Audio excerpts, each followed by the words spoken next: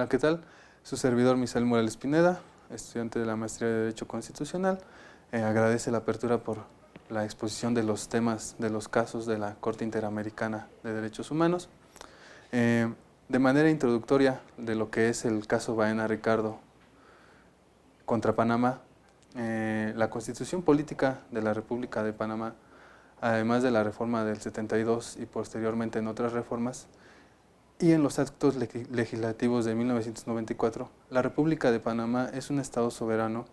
e independiente en el que se encuentra organizada la nación panameña. Su gobierno es unitario, republicano, democrático y representativo. El gobierno de Panamá es una democracia constitucional desarrollada bajo un régimen presidencialista, en donde el presidente de la República, quien dirige el órgano ejecutivo, es tanto jefe de Estado como jefe de gobierno. Las garantías fundamentales son reconocidas en la Constitución Política como parte de los derechos y deberes individuales de las personas. Las autoridades de la República están instituidas para proteger su vida, honra y bienes a los nacionales donde quiera que se encuentren y a los extranjeros que estén bajo su jurisdicción, asegurar la efectividad de los derechos y deberes individuales y sociales, y cumplir y hacer cumplir la Constitución. Los particulares son responsables ante las autoridades por infracción de las normas constitucionales o de la ley. Los servidores públicos lo son por esas mismas causas y también por extralimitación de funciones o por la omisión en el ejercicio de estas. Su sistema legal de Panamá es predominante del tipo civil,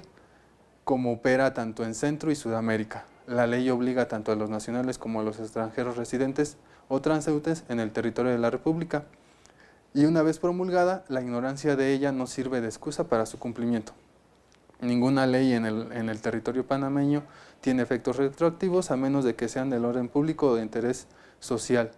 y en ella sí se expresa que sea de materia criminal y beneficia al reo. Revisión judicial de actos legislativos en la Corte Suprema de Justicia. Dicho sistema es algo muy importante, acepta jurisdicción de tribunales internacionales, pero con ciertas reservas.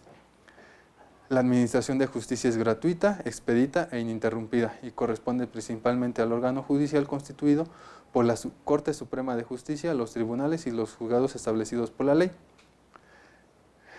Ya en lo que respecta al caso Baena Ricardo y 270 trabajadores contra Panamá, se señala que fue presentado en la Comisión Interamericana de Derechos Humanos bajo la denuncia 11.325 el 22 de febrero de 1994, remitida a la Corte Interamericana de Derechos Humanos el 16 de enero de 1998. Todo ello bajo la competencia de que Panamá es Estado parte de la Convención Americana desde el 22 de junio de 1978 y reconoció la competencia contenciosa de la Corte el 9 de mayo de 1990. Por lo tanto, la Corte es competente en los términos del artículo 62.3 de la Convención para conocer las excepciones preliminares interpuestas en el presente caso. Los siguientes hechos que voy a mencionar fueron relevantes para la consideración de las excepciones preliminares. Primero, el 16 de octubre de 1990, la Coordinadora de Sindicatos de Empresas Estatales presentó al Gobierno de Panamá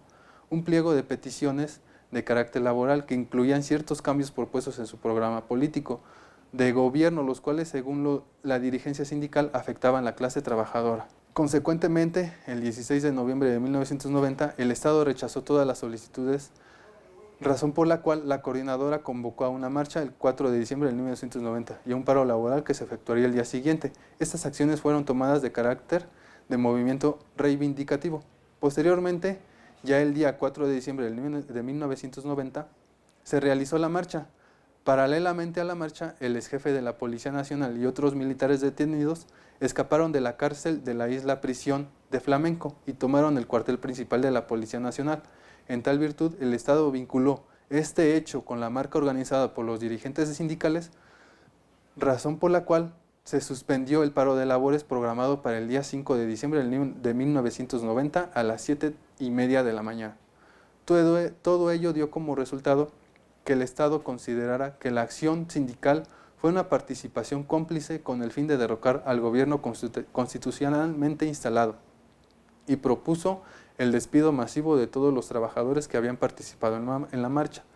para lo cual remitió un proyecto de ley a la Asamblea Legislativa. El 10 de diciembre de 1990, sin la aprobación del proyecto por parte de la Asamblea Legislativa y sin la entrada en vigencia de la ley, el Estado comenzó con los despidos masivos de trabajadores de empresas públicas, que concluyó con la destitución de las 270 personas peticionarias en el presente caso. Segundo, el 14 de diciembre de 1990, la Asamblea Legislativa aprobó el proyecto de ley enviado por el Poder Ejecutivo y le llamó Ley 25, según la cual se adoptan medidas tendientes a proteger la democracia y el orden jurídico constitucional en las entidades gubernamentales con carácter retroactivo a 1990, a enero de 1990. Se señala que el procedimiento que se llevó a cabo de carácter laboral en juzgado de trabajo debía seguirse conforme a la normativa vigente en el momento en que ocurrieron los hechos. Este procedimiento se reemplazó por un reclamo contencioso administrativo extraordinario totalmente ajeno al ámbito laboral. Los reclamos fueron desestimados en su totalidad por la Sala Contenciosa Administrativa de la Corte Suprema. Por su parte, los 270 empleados públicos que intervinieron estuvieron representados por el Centro de la Justicia y el Derecho Internacional, CEGIL, refiriéndose la responsabilidad internacional del Estado por el despido arbitrario de los empleados públicos, así como la falta de un debido proceso. Dentro de los derechos que se vieron transgredidos de la Convención Americana sobre los Derechos Humanos por parte del Estado de Panamá fueron la obligación de respetar los derechos, el artículo 1, deber de adoptar disposiciones de derecho interno, artículo 2, garantías judiciales, artículo 8, principio de legalidad y de retroactividad, artículo 9, derecho de indemnización, artículo 10, derecho de reunión, artículo 15, libertad de asociación, artículo 16, derecho a la igualdad ante la ley, artículo 24, y protección judicial, artículo 25. Además, hubo otros instrumentos internacionales que estuvieron íntimamente ligados con el proceso, como fueron el convenio número 87 de la Organización Internacional de Trabajo, relativo a la libertad sindical y derecho a la sindicación, el convenio número 98 de la Organización Internacional del Trabajo sobre sindicación y de negociación colectiva, convenio 151 de la Organización Internacional del Trabajo sobre la protección del derecho de sindicación y los procedimientos para determinar las condiciones de empleo en la administración pública, la Constitución de la Organización Internacional del Trabajo, entre otros. Es así que a partir del 22 de febrero de 1994, la Comisión recibió la denuncia hecha por el Comité Panameño por los Derechos Humanos en favor de los 270 empleados públicos destituidos. Se comunicó de la denuncia al Estado y se emitieron solicitudes de información y presentación de informes. Una vez integrada la información pertinente, la Comisión se puso a disposición de las partes para procurar una solución amistosa y después de casi 3 años en los cuales se celebraron reuniones con el fin de intentar un arreglo, la Comisión consideró agotada la vía de la conciliación y continuó con la tramitación contenciosa del caso. Es así que el 16 de octubre de 1997, la Comisión aprobó el informe número 37/97 y en el cual concluyó que los actos de los poderes públicos del Estado, mediante los cuales la Asamblea Legislativa aprobó la Ley 25, el Poder Judicial la declaró constitucional y el Poder Ejecutivo le dio aplicación, se violaron los derechos humanos de los peticionarios y se rechazaron todos sus reclamos, siendo incompatibles dichos actos con las disposiciones de la Convención Americana de Derechos Humanos. Respecto a las personas, el Estado de Panamá ha dejado de cumplir con su obligación de reconocer y garantizar los derechos contenciosos de la Convención. Que el Estado además no ha dado cumplimiento a las normas contenidas en el artículo 2 de la Convención y que no ha adaptado su legislación a las disposiciones de derecho de dicha Convención. Por lo anterior, la Comisión en su informe dispuso recomendar al Estado de Panamá la reincorporación de los trabajadores despedidos y reconocerles sus salarios caídos y los demás beneficios laborales. Asimismo, también recomendar al Estado de Panamá adoptar con arreglo a sus procedimientos constitucionales y legislativos vigentes las medidas que fueran necesarias para hacer efectivos a plenitud los derechos y garantías contenidos en la Convención. Recomendar al Estado modificar, derogar o dejar sin efecto la Ley número 25. Asimismo, recomendar al Estado que la norma contenida en el artículo 43 de la Constitución Política que permite la retroactividad de las leyes por razones de orden público o interés social sea enmendada o interpretada de conformidad con el artículo 9 de la Convención, en el sentido de que nadie puede ser condenado por acciones u omisiones que en el momento de cometerse no fueran delictivas según el derecho aplicable. Por lo anterior, el 10 de diciembre de 1997, el Estado de Panamá rechazó el informe de la Comisión, aduciendo obstáculos, motivaciones y fundamentos jurídicos de derecho interno que le impedían ejecutar las recomendaciones emitidas. Aunado a lo anterior, el 14 de enero de 1998, la Comisión, mediante acta de conferencia telefónica, decide presentar el caso ante la Corte. Por lo que respecta al procedimiento, el 16 de enero de 1998, la Comisión presentó la demanda ante la Corte y la Corte solicitó al Estado de Panamá que declarara que la ley número 25 y la norma contenida en el artículo 43 de la Constitución Política de Panamá son contrarias a la Convención. Y la Comisión solicitó que se condenara al Estado de Panamá el pago de costas y gastos por este proceso. Asimismo, se designaron delegados de las partes y, previo examen de la demanda, informó al Estado los plazos para que pudiera emitir su contestación. Posteriormente, el 29 de junio de 1998, el Estado presentó la contestación a la demanda y de lo argumentado por el Estado se emitieron las siguientes excepciones, que fueron 4. La primera excepción fue el incumplimiento de la Comisión del artículo 51 relativo a la decisión de enviar un caso a la Corte. Esta excepción fue interpuesta por el Estado de Panamá. Se refiere al supuesto incumplimiento de la Comisión a lo estipulado en la Convención y en el reglamento de la Comisión relativo a la decisión de enviar un caso a la Corte. La Corte consideró evidente la confusión entre la interposición de la demanda y la emisión del informe del artículo 51 de la Convención y, como señaló la Corte, estas dos opciones son excluyentes una de la otra y no se requiere de ambas para que se pueda interponer un caso. No hay disposición alguna que determine la manera de enviar un caso a la Corte. En ese vacío normativo, la Comisión dispone de un cierto margen de discrecionalidad para actuar respetando los derechos procesales de las partes. En ese caso se cumplió con los presupuestos básicos de la Convención, resultando todo lo anterior que la Corte desestimó de improcedente esta excepción. La segunda excepción interpuesta fue de litispendencia. Esta excepción interpuesta por el Estado se refiere a la supuesta duplicidad de procedimientos internacionales, toda vez que el artículo 47 de la Convención Americana señala que la Comisión declarará inadmisible toda petición o comunicación presentada de acuerdo con los artículos 44 o 45 cuando sea sustancialmente la reproducción de petición o comunicación anterior ya examinada por la Comisión u otro organismo internacional. La frase sustancialmente la reproducción significa que debe existir identidad entre los casos. Para que exista dicha identidad, se requiere la presencia de 3 elementos básicos, a saber, que las partes sean las mismas, que el objeto sea el mismo y que la base legal sea idéntica. En el presente caso, no hay duplicidad de procedimientos. Bajo esta tesitura,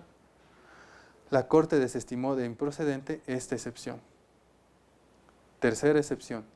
Violación de confidencialidad. Esa excepción interpuesta por el Estado de Panamá se refiere a la violación de la regla de la confidencialidad por parte de la Comisión, al transmitirle copia del informe a que hace referencia el artículo 50 de la Convención a los peticionarios. La Corte analizó que de la prueba que aportó el Estado para fundamentar su alegato, lo que la Comisión transmitió no fue el informe 37/97, sino el escrito de demanda una vez que había decidido enviarlo a la Corte, de conformidad con el artículo 75 del reglamento de la Comisión. A lo que la Corte argumentó que en ningún punto de la Convención o de los reglamentos de la Corte o de la Comisión se señala que la demanda sea confidencial o que no puede ser transmitida a los peticionarios a su conocimiento, y que no existe norma alguna sobre la confidencialidad del procedimiento ante la Comisión o la Corte, y solamente de manera expresa se señala que el informe del artículo 50 de la Convención se transmite al Estado, únicamente. Por lo tanto, la demanda sí se puede publicar al denunciante original, si se conoce, y a la víctima o sus familiares, si fuera el caso. Por estas razones, nuevamente la Corte desestimó de improcedente esta excepción. La cuarta y última excepción, interpuesta por el Estado de Panamá, se refiere a la caducidad de la demanda de la Comisión interpuesta ante la Corte. En relación con esta excepción, El Estado la interpuso aduciendo que como la Comisión no adoptó el informe del artículo 51 de la Convención, la demanda adolece de un vicio que anula y que causa la caducidad del plazo de 3 meses para su interposición. Puesto que esta excepción se encuentra muy ligada con la primera, la Corte consideró de válida el acta de conferencia telefónica y en consecuencia la interposición de la demanda. Como resultado, nuevamente la Corte desestimó de improcedente esta excepción, en virtud de que dicha demanda se interpuso dentro del plazo establecido. Una vez analizadas todas estas excepciones, la Corte emitió un oficio donde establecía reparaciones a la violación de los derechos antes mencionados y decidió que el Estado debía de pagar a los 270 trabajadores los montos correspondientes a los salarios caídos y demás derechos laborales que le correspondan según su legislación,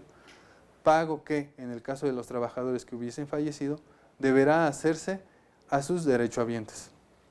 Asimismo, deberá reintegrar a sus cargos a los 270 trabajadores y, si esto no fuera posible, brindarles alternativas de empleo que respeten las condiciones, salarios y remuneraciones que tenían al momento de ser despedidos.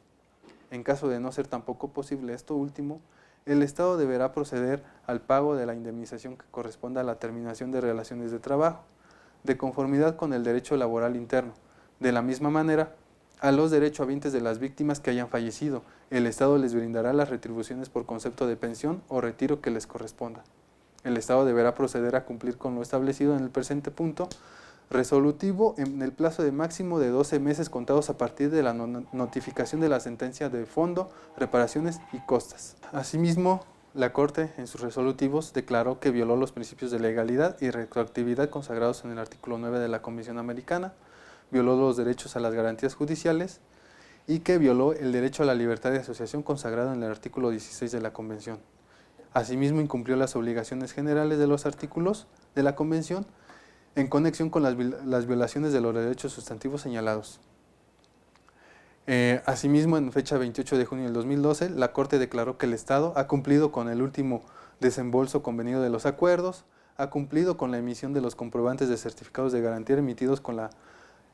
por concepto de cuarto y último pago que correspondan a las víctimas, se mantendrá abierto el procedimiento de supervisión y por lo anterior la Corte ha resuelto requerir al Estado de Panamá que continúe adoptando medidas necesarias para dar efectivo y pronto cumplimiento a los pagos pendientes previstos en los acuerdos, reiterar en relación con las víctimas y derechohabientes no firmantes que con posterioridad a la firma del acuerdo se retractaron, indicar que el tribunal mantendrá abierto el procedimiento de supervisión, solicitar al Estado de Panamá que presente a la Corte un informe anual que indique las medidas adoptadas y que presenten observaciones que estimen pertinentes el informe mencionado al Estado en el punto resolutivo anterior de los plazos y de 2 y 4 semanas respectivamente, contados a partir de su recepción.